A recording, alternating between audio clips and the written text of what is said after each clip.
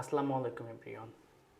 আপনি আপনার যে পেজে কাজ করতেছেন বা আপনি একটা প্রোফাইলে কাজ করতেছেন বা একটা পেজে কাজ করতেছেন, সেটা কিভাবে মনিটাইজেশন পাবেন সে বিষয়ে একটা ধারণা দিব।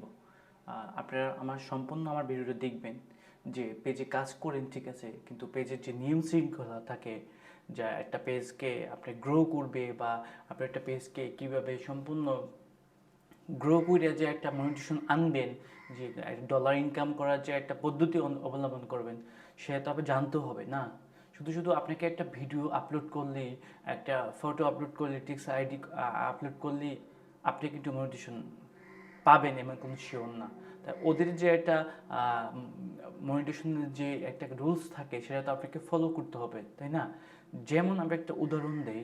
আপনি একটা চাকরি করতেছেন, ঠিক আছে? আপনি একটা চাকরি করেন, সেই চাকরিতে আপনাকে স্যালারি দেয়। আপনি দেখা গেছে 6 মাস চাকরি করছেন, তারপরে আপনার বেসিক নলেজের উপরে, কাজের উপরে, দক্ষতার উপরে আপনাকে আপনার স্যালারি বাড়ায় বা আপনার ভালো একটা ইনকামিং দেয়, ঠিক না? আপনি কাজকে কিভাবে আপনি নিতে পারেন সেই বিষয়ে দক্ষতা নিয়েই আপনাকে একটা ভালো ইনকামিং দেয়। তো এই জন্য আপনাকে কিছু মানতে হবে। আপনি পেজ বা প্রোফাইলে কাজ করেন, একটা পেজে যখন প্রফেশনাল মোড অন করেন, তখন আপনি চেক করে নেবেন যে কোনো ভায়োলেশন আছে কিনা। আপনি সেটিংসে যেয়ে আপনার পেজ রিকমেন্ডেশন চেক করবেন, চেক করবেন, চেক করে সবসময় দেখবেন যে আপনি এটা প্রফেশনাল মোডে কাজ করার আছে কিনা, মানে সিস্টেম আছে কিনা।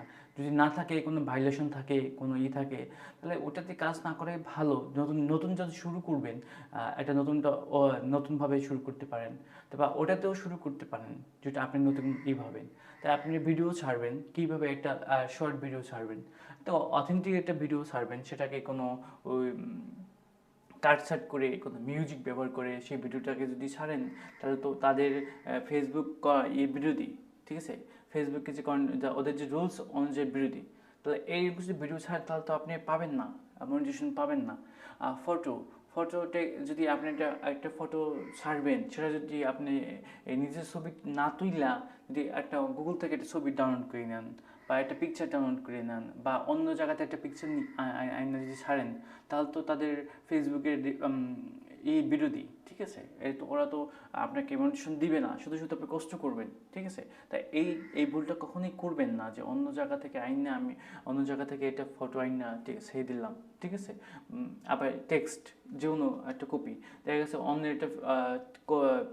অন্য একটা সার্চে একটা কপি, ঠিক আছে, একটা টেক্সট সার্চে, সেটাকে আপনার ভালো লাগলো বা ইউনিক হইলো, বা আপনার এলাকার একটা কাজ, একটা ঘটনা আপনি দেখছেন, সেটাকে কপি করে আইন না পেস্ট করে দেন নিজের প্রোফাইলে বা পেজে, তাহলে কিন্তু আপনি ওটা তো হবে না। তা ওটা আপনাকে ইস্যু দিয়ে দেবে, ঠিক আছে? তা ওটা না করে ওটা দেখে আপনি টেক্সট লেখা ছাড়বেন, ঠিক আছে?